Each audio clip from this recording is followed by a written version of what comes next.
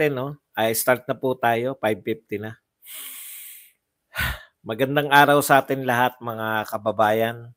Saan man panig kayo ng daigdig naron, dito na naman tayo sa another episode ng ating vlogs, Badong Aratilis po. Pag-uusapan natin ngayon, ito po, no, barko ng Philippine Coast Guard, binanggana naman po ng China Coast Guard dito po sa Escoda Shoal. Siyempre, angal na naman tayo, sisi na naman yung China. At the same time, yung China, ang sinisisi naman po ay ang Pilipinas, no, sa pangyayari niyan, yung provocative action, etc., etc. Pag-uusapan din po natin ngayon, ito po, no, kamakailan po, ang lawak po ng ginagawang nito nung fighting fake news. So, chine-challenge natin tong isang malaking network, yung GMA. Kasi may panawagan sila na panata kontra fake news. May mga covenant signing pa sila. Meron na po mga fake news na naglipana na dehin bokeke kayo. Tsaka ano po ba ibig sabihin nyo ng fake news? Kasama ba sa fake news yung hindi nyo pagbabalita? Denial no? Kasi tama naman, literally, hindi naman fake news yung dinideny nila yung meron kasi yun yung problema Hindi lang po yung fake news, kundi yung tinatago yung mga balita. Yun ang sa tingin kong challenge dito sa mga giant TV network na to. Pag-uusapan din po natin, ito po si Sam, sa matagal po nating hindi naririnig, si Dugudugugang si Gordon po, si dating senador Dick, ipasok si Dick Gordon ay lumutang at binanatan na naman si BP Sara. Grabe naman.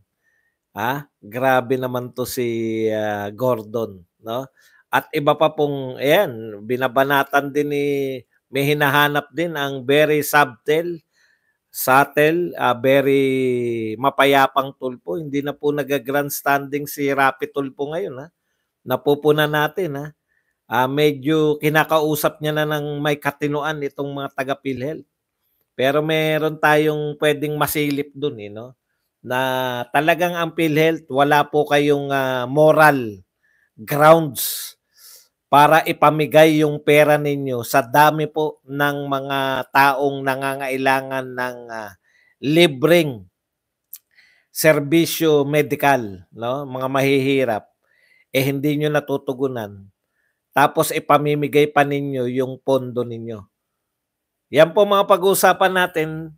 Pero bago yan, kung bago ka pa lang dito sa ating channel, mag-subscribe ka na. Dahil ito lang ang tayong channel na may kinikilingan, may pinapanigan, una sa balita, huli sa impormasyon, kaya ano pang hinihintay nyo? Pindot na, okay? Pag-usapan natin, no? Unahin na po natin to si Dick. Ipasok si Dick Gordon.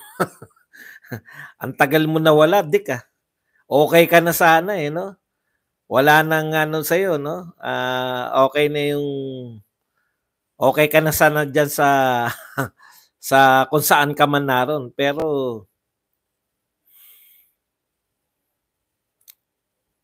nagpakita ka, nagpa-interview kay alam nyo ito si Isguera.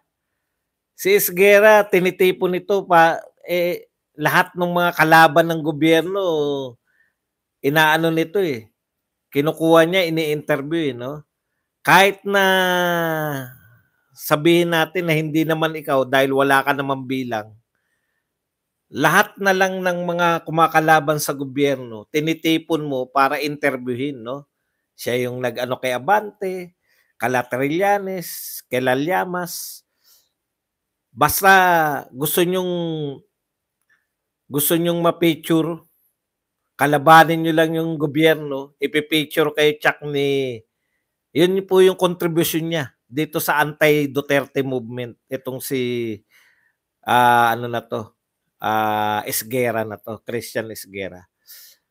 Pero mamaya pa po to, kaya lang yung sa pahapyaw, ito po yung sinasabi ni ipasok si Dick Gordon.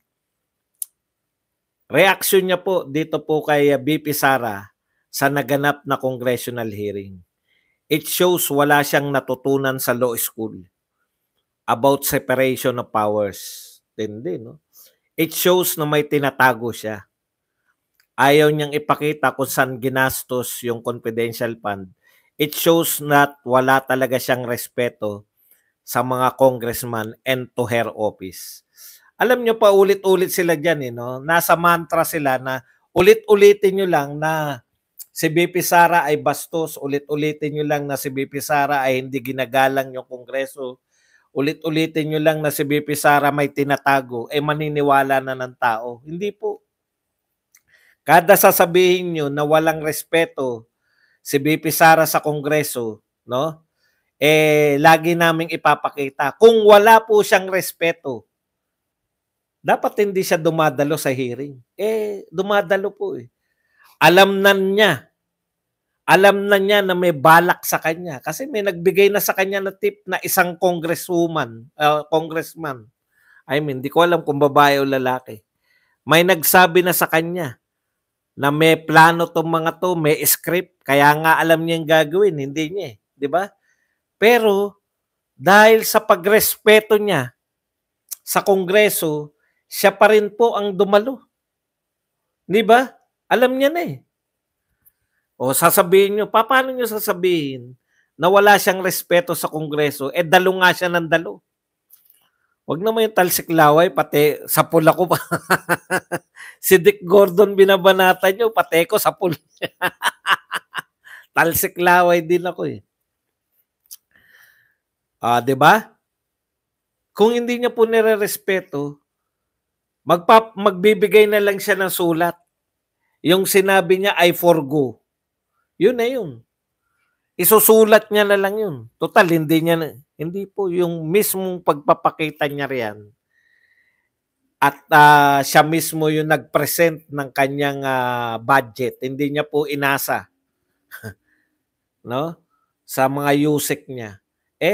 Pagpapakita po yan na nire-respeto niya yung trabaho ng Kongreso. At hindi rin totoo na wala siya natutunan sa law school. Yun nga natutunan niya. Nakinig siya sa mga sinabi at binara niya yung di ba? Binara niya si Wala akong sinabing ganyan. Sabi niya kay Dan Fernandez. Yun po ang pagiging abogado niya. Hinayaan niya magsalita at binabara niya, binabalikan niya. Anong walang natutunan? Ayan po, pagiging abogado yung nakita nila na parang abogado nga yun. Nagte-take notes, inaalam kung ano yung sinasabi, at saka siya bibira. Okay. Yung paglalatag niya ng mga argumento, hindi naman po napulot sa palengke yan. Ayaw niyang ipakita kung saan ginastos yung confidential fund. Alam mo, Dick, ipasok si Dick Gordon. Mali yan. Kasi confidential nga eh, di ba? Dapat talagang hindi pinapakita. Kasi sa salita nga na confidential. Pero ganun pa man, tapos na yung issue na yan. Bakit? Kung hindi ka nakapanood, Dick, nilantad na ni Castro. Kahit confidential, yan yung iniiwasan eh. Yung malaman ng lahat kung saan ginamit yung confidential. Di ngayon, alam na ng lahat na yan ay ginagamit sa mga pang-reward, sa mga nagtuturo ng mga illegal na aktibidades, lalo na ng mga illegal na tao. Di ba? Di alam na nila ngayon. Kaya ngayon, lalong kukontrahin yung mga mambabatas na may pagkiling dyan sa mga illegal na tao, kukontrahin lalo yung mga confidential fund na yan. Kaya, alam na po ng mamamayang Pilipino. Ang problema lang, ipasok si Dick, mahihina lang talaga yung mga followers ni BBM at saka ni Tambaluslos. Kasi, alam na nila kung saan ginamit yung confidential fund. Gusto pa nilang ipaliwanag ni BP Sara sa kanila. Masyado naman kayo spoiled. Dati, tinatanong nyo lang saan ginamit. Ngayon nakita niyo na kung saan ginamit, gusto niyo pa ipaliwanag pa sa inyo? Ha? Puwede naman sigurong kayo na. Kayo na magpaliwanag sa sarili niyo. Kasi kung hindi niyo naintindihan kung saan ginagamit, eh, wala na kayong karapatang mamuna. Wala pala kayong maintindihan, eh. Okay. So, mali-mali po 'tong mga pronouncement na 'to, 'no? Ipasok si Dick. Dapat magtago na lang si Dick uli. Okay. Tuwan-tuwa na binangga ang barko. Si Dick po pinag-uusapan natin, hindi pa po yung barko. Tuwan-tuwa daw yung mga pro-China na binangga. Kinukundina ko po yung pambabangga ng China sa barko ng Pilipinas. Oh, okay na ba yun? Eh, kayo eh, hindi kayo. Mere tagging. Okay, punta na po tayo rito, no? Total atat na tong isa eh. Wala na pong bago riyan, no? Binangga ng China. Serious daw, wag daw tawanan. Okay. Wala na pong bago diyan, no?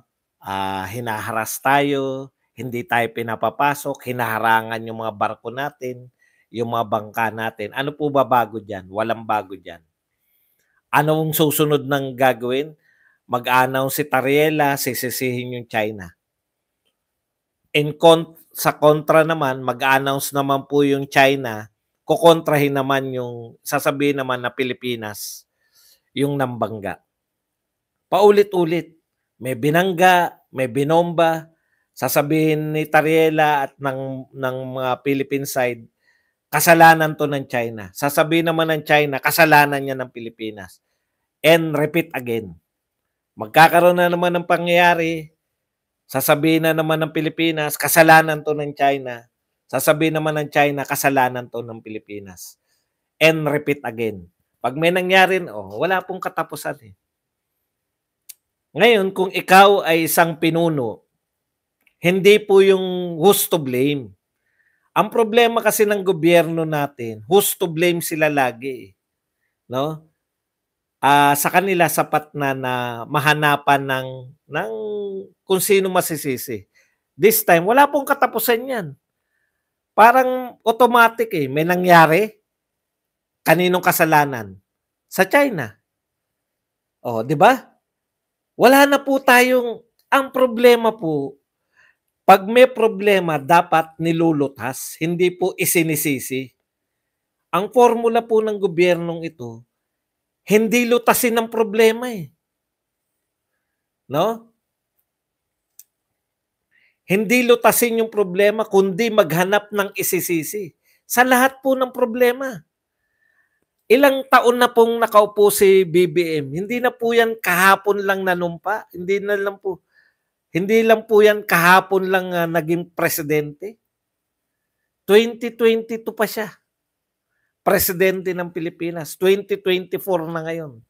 Mahigit 2 taon na. Magkakalahati na po sa termino niya.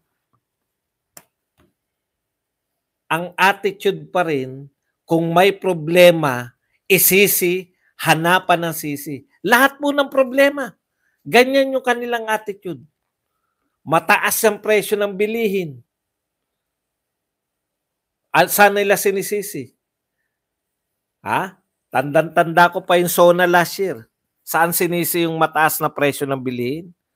Sa mga smugglers, sa mga hoarders, sa mga price manipulators. Wala pong kakulangan sa supply ng mga kung market forces lang po, law of supply and demand lang. Wala po tayong problema dapat sa taas ng presyo ng bilihin. Alam ni Pangulong Marcos eh. Sino sinisi niya? Hoarders, smugglers, price manipulators. O yun pala eh. Alam pala natin sisisihin natin. Ang gusto na ng tao, solusyon. Tama na yung kasisisi. Sisi China. Paalala ko lang po, last administration, 6 years, wala tayong problema sa China. Ito po, paulit-ulit, kaupo pa lang, may problema na tayo sa China. China, siya may kasalanan, sisisihin tayo ng China, repeat again. China may kasalanan, sisisihin naman tayo in return. Yung China naman po, sisisihin tayo, repeat again. Pwede po ba ang ulitin natin kaysa magpaulit-ulit tayo ng paninisi? Pwede po ba yung ulitin natin kung anong ginawa ni Duterte for the last 6 years? Kasi last 6 years, wala tayong problema with China. Bakit po hindi nyo itry nang ulitin yung ginawa ni Duterte? Simple lang naman, hindi naman lihim. Makipagkaibigan tayo. Pucha, pinasama nyo kasi. Alam nyo kung ano problema nyo? Pinasama nyo yung ginawa ni Duterte. Pro-China kasi si Duterte. Kaya siya may kasalanan na lahat. Nung panahon na hindi nyo na po pwedeng isisi pa kay Duterte dahil malapit na kayo sa kalagitnaan ng inyong termino, China na talaga sinisisi nyo. Ay, meron daw. Precopio si Akot. Meron ba tayong, ano sabi niya? Ito po, mga propaganda nila to. Kasi sinuko ni Duterte ang teritoryo ng Pilipinas. Anong teritoryo po? Wala, fake news eh. Di ba? Anong teritoryo yung nakuha ng China nung panahon ni Duterte? Wala. Zero. Di ba? Zero. Anong teritoryo nakuha ng panahon ni Pinoy? Di ba? Mentras na tayo ay nagmamatigas laban sa China, kinukunan nila tayo ng teritoryo. Nakukuhanan tayo ng teritoryo. Sisi lang naman kayo na sisi. As leaders, dapat lutasin yung problema, hindi manisi. Classic example, eto. Ngayon lang to, umangal si Richard Gomez, di ba? May traffic sa EDSA. Ano sabi ni Richard Gomez? Ayan, no? 2 hours in EDSA traffic and counting from Makati, Ayala. Nasa SM EDSA pa lang ako. Up to now. QC ang punta ko, 1 to 2 hours pa ba?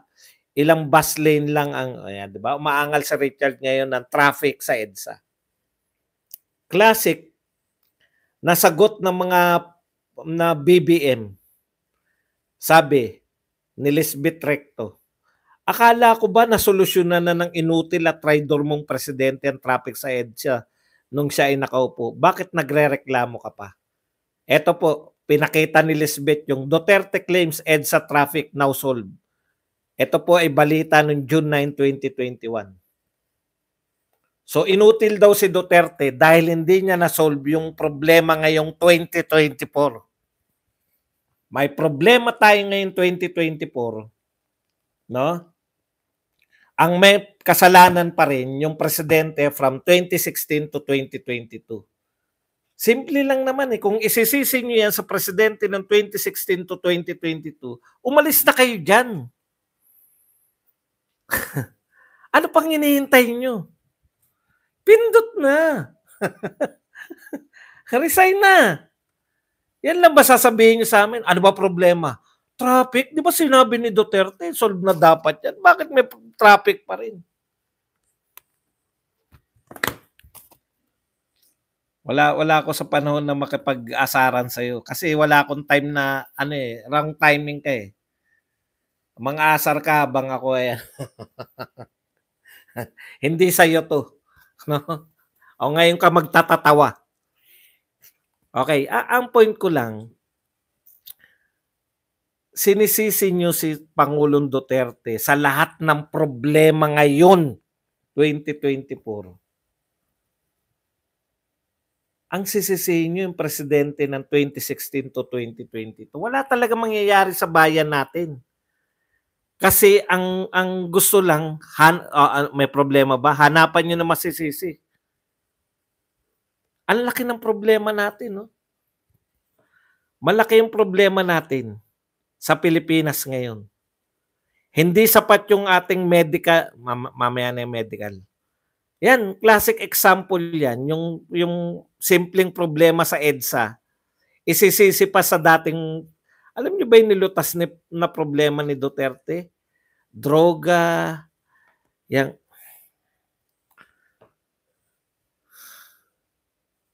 grabe 'no? Kaya nakakainit ng ulo, 'no? Pati yung mga simple ang liliit na po niyan, yung mga traffic na yan, puwedeng-puwede na yan, eh. Okey, punta po tayo kaya yan, paulit-ulit lang tayo diyan, wala naman silang nire-resolve, eh. Ano po ba akala nga natin 'di ba kinantyawan na natin sila nun. Sabi natin, "Oh, makikipag-usap din pala kayo sa China, eh. Bakit kinantyawan niyo pa si Duterte?"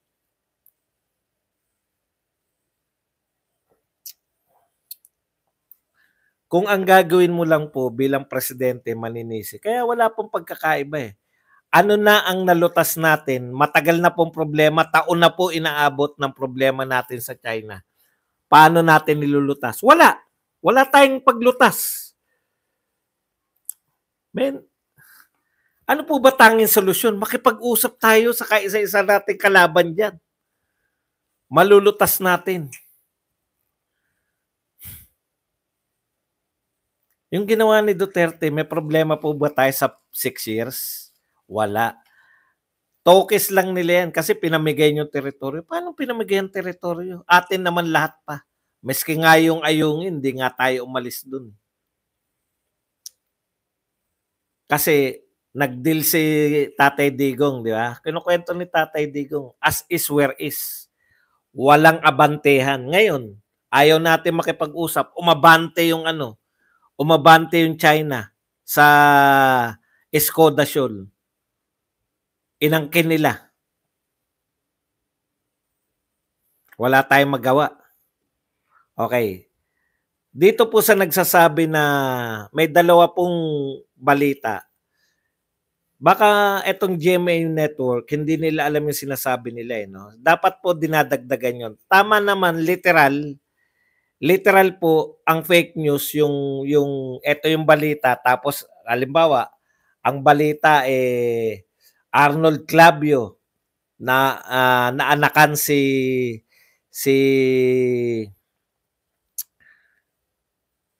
Balabagan, si Sara Balabagan. 'Di ba? 'Yun talaga ang totoong balita 'yan, 'di ba? GMA7. Yan totoong balita 'yan. Ngayon ang fake news, Arnold Clavio hindi naanakan si Sara Balabagan. 'Yun ang fake news. Pero hindi po 'yan yung problema namin, eh. 'Di ba? Ang problema ng mga Pilipino sa media natin, hindi po yung fake news. Bihira po kayo mag-fake news, eh. Yung paraan ninyo ng pagbabalita. Halimbawa, sa normal na balita, parang ano yan, pagka sa normal na graduation, no? Ang announcement ng teacher sa pagga-graduate, Badong Aratlis, first honor, di ba? Hindi ina-announce sa graduation, Badong Aratlis, bumaba ang grade sa fourth quarter. Tama po yun. Maaring bumaba yung grade ni Badong Aratlis sa fourth quarter. Pero ang dapat na balita doon, Badong Aratlis first honor. No? Ang ginagawa po ninyo, hindi fake news. Ang ginagawa po ninyo, yung laman ng balita, ang binabalita nyo, yung pabor lang. Di ba? Hindi nga kayo nagpe-fake news. Sa media to in general, hindi lang sa GMA. Hindi nga kayo fake news, pero ang paraan nyo ng pagbabalita tungkol sa mga survey, iba. O yan, pwede malicious. Or anong tawag doon? Yung gusto, katulad ng halimbawa, Martin Romualdez, tumaas sa survey. Puta, kung titignan mo naman pala yung survey, kulelat pala. Hindi niyo binabalita na si Sara Duterte number 1 sa survey. Yun yung problema namin sa inyo. Hindi po yung nagpe-fake news kayo. Inaangguluhan nyo yung balita para pumabor sa mga amo nyo. Hindi pa selective. Yung anggulo lang. No? Yung anggulo lang. Yun nga yung sinasabi ko. Yung angling. Teka muna, magpasalamat muna tayo rito sa nagpakape. Baka magtampo tong mga nagpapakape pag hindi natin nababati. Thank you very much, Mrs. Mami, sa $499 na pangkape. Yan. 'Di ba? Sa survey, madalas nilang ginagawa yan. Tama yung sinasabi nyo, pero yung binabalita ninyo, hindi yung dapat na binabalita. Parang kung kayo ay nagbalita sa graduation, instead na ibalita nyo, Badong Aratilis, first honor. Ang sasabihin nyo, Badong Aratilis, bumaba yung grade. Ganun yung ginagawa nila kay BP Sara eh. BP Sara Duterte survey, bumaba. Bumaba ang trust rating ni BP Sara. Samantalang kung titignan mo pala, pinakamataas pala si BP Sara. Ayun yun, di ba? Yan yung, hindi siya fake news outright. Pero ang pinakamatindi ninyo, hindi nyo tinatama yung fake news. Dito na tayo. Yun, anggulo lang yun eh. May panapanata pa kayo ha. Ito, basahin ko lang yung panata nila. Magkaisa tayong labanan ng fake news. Labanan ng fake. Yan sabi niya. So, labanan daw ang fake. Almost 60 partners heeded the call to be part of Panata Contra Fake News Covenant signing. Magkaisa tayong labanan ng fake. Yan po yung kanilang panawagan. Fake news is both dangerous and harmful, but the truth is glorious and useful. It fosters an informed populace essential for functioning democracy and strong society. Okay. Ngayon, paano nyo po yan mapapatunayan? Dalawa po ang challenge. Challenge kagad eh. No? May dalawa pong balita ngayon. Asan yung sinasabi yung ayaw nyo ng fake news? Halimbawa, lahat tayo nakita natin armado yung mga pulis. Hindi naman lahat. Yung sinabi ni Pangulong Marcos, walang pulis na pumasok na armado. Ang daming pinapakita ng mga vlogger na may mga armas yung mga pulis. Sinabi ni Pangulong Marcos, walang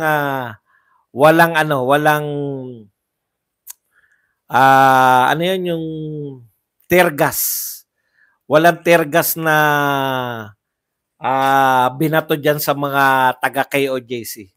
Pero kitang-kita natin, binabalita ng mga vlogger na mayroong tear gas. Okay. So, ibig sabihin,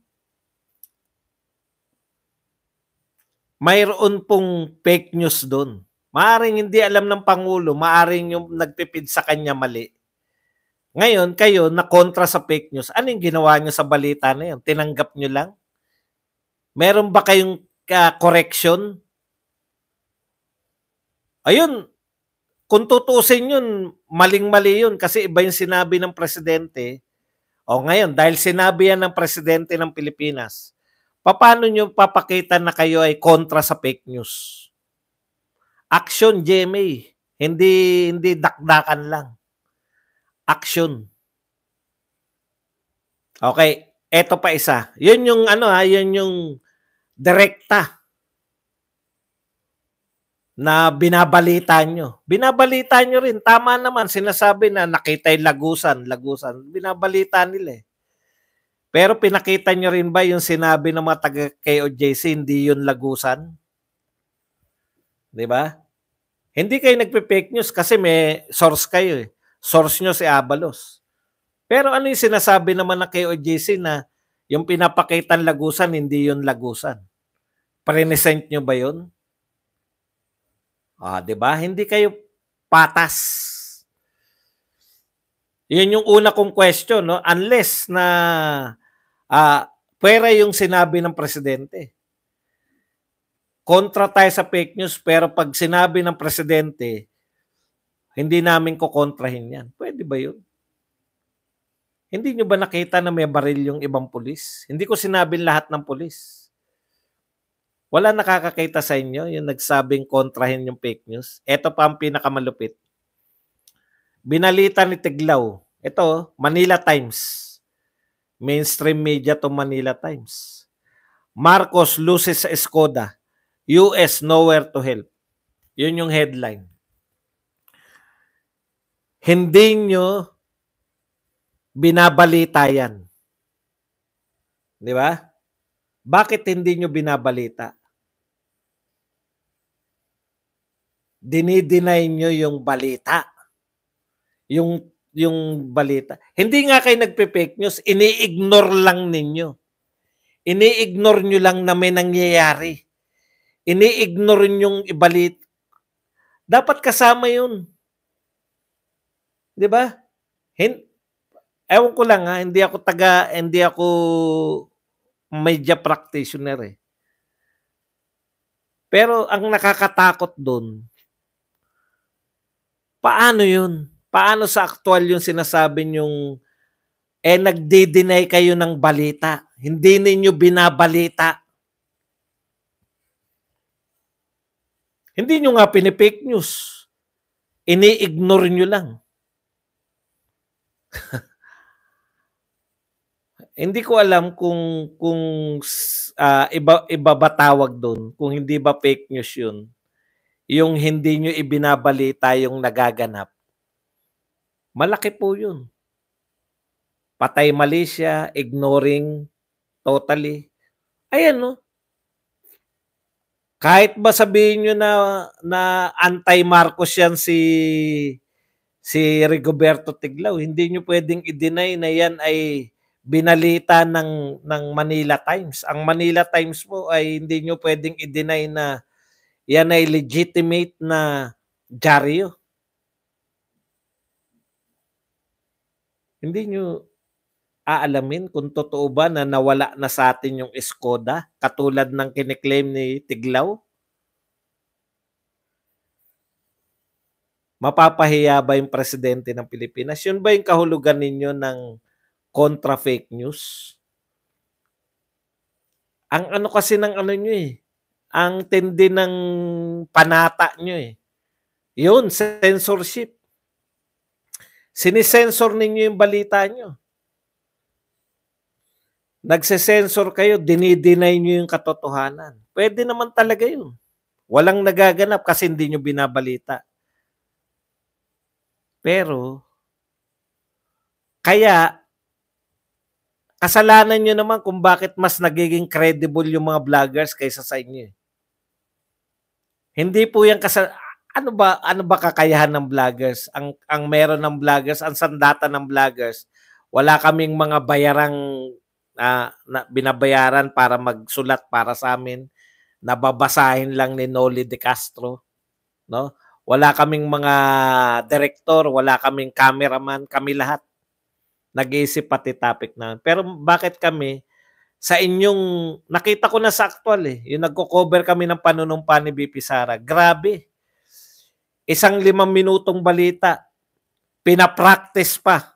Kinukunan ko nga yun, nakalive ako. Pinapractice pa ng reporter, meron pa siyang director, meron pa siyang camera, meron pang 2 van, meron pang editor.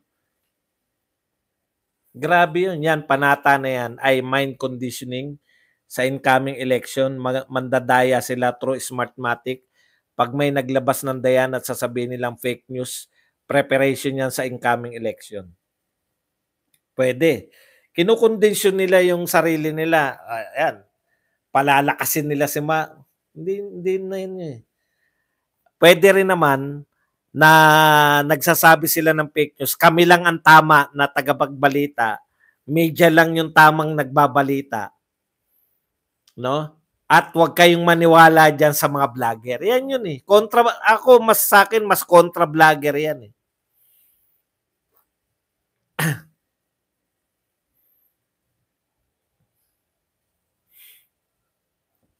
Hindi po. Hindi usapin na ise-sensor nila. Hindi naman nila kaano-ano si Tiglaw eh. Malaki pong balita yan na walan tayo ng teritoryo. Hindi yun yung point ko na paano nila kukontrahin, paano nila ise-sensor si Tiglaw. Hindi po. Nawalan tayo ng teritoryo, sabi ni Tiglaw eh. Ang laking bagay nun. Binabalita nyo nga yung mga 'pag nagwawala lang si Rendon, na kung ano-ano lang, yung mga ano ba yung mga sinasabi ni Rendon? Rice, yung mga motivational rice, binabalita nyo nga, eh. Yung Shiminit nga, binabalita ng mga media, eh. Bakit hindi nyo ibalita yung nawalan tayo ng teritoryo? Di ba?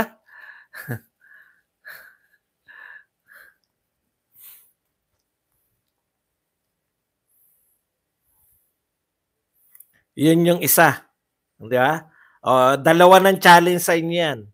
Yung isa, harap-harapan, sinabi ni BBM na walang pulis na may armas, walang tinira ng tear gas. Alam natin na hindi yan yung naganap. Hanggang ngayon, makikita nyo sa mga kuha ng mga vlogger na may mga baril yung mga pulis. Ano reaksyon nyo dyan? Bilang kumukontra kayo sa fake news. Ang sasabihin nyo ba, hindi naman kami yun, presidente yun. Ano nga bilang nanumpa kayo na not to fake news? Ano sasabihin nyo? Yung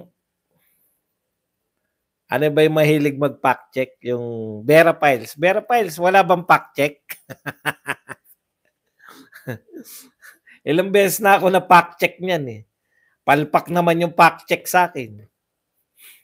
Hindi naman facts yung pina-fact check nila. No? Yung opinion po, hindi po pwedeng i-fact check yun.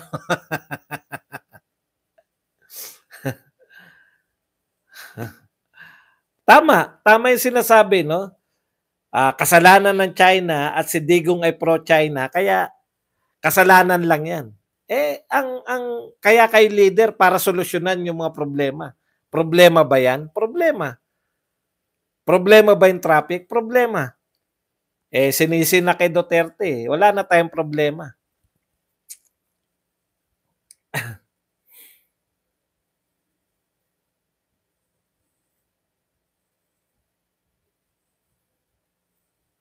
Teka lang, titignan ko lang kung meron pa akong natitirang topic. Baka meron akong tinantusan, eh.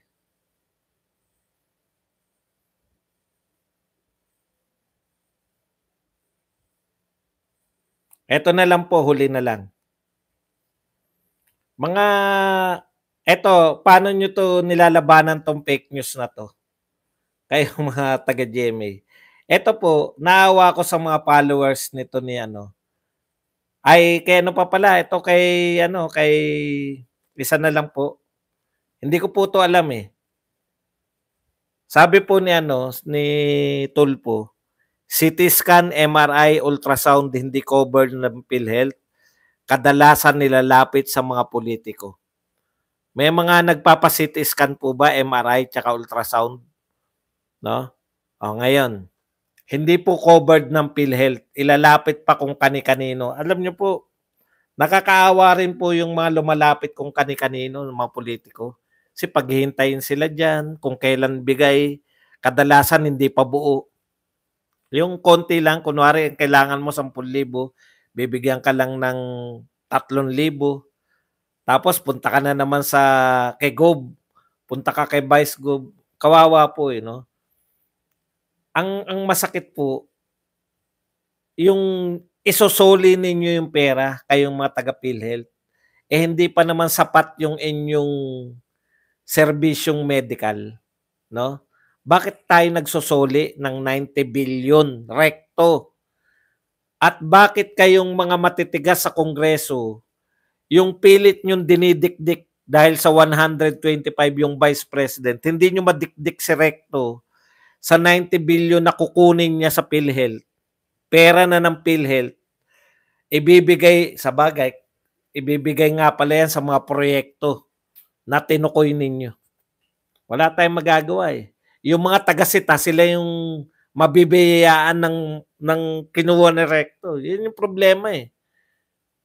Paano nyo nga naman kukwestiyonin, ibibigay nga yan sa mga unprogrammed.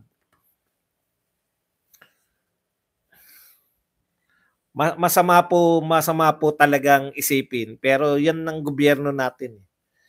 'Yan lang po ang ating topic, puwede na po tayong magtanong, puwede na po kayong magbigay